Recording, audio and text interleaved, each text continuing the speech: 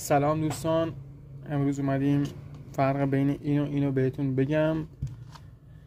فیوز B10 که توی تمام خونه ها استفاده میشه و فیوز C20.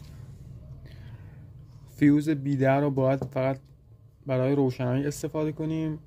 B10 یعنی تعداد چراغ وقتی بره بالا دوباره میشه B16 و تعداد بره بالاتر میشه B20.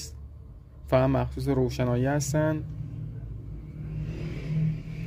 فیوز C20 که اینجا خورده C20 اینو باید برای قسمت پریزها استفاده کنیم. حالا ممکنه تعداد پریز اگه بالا بره باید از C25 استفاده کنیم یا C20. اگه تعدادش پایین باشه از C16 استفاده کنیم.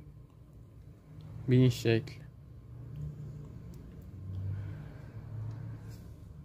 پس نباید برای قسمت آشپزخونه که پریز داره از B10 یا B16 استفاده کنیم.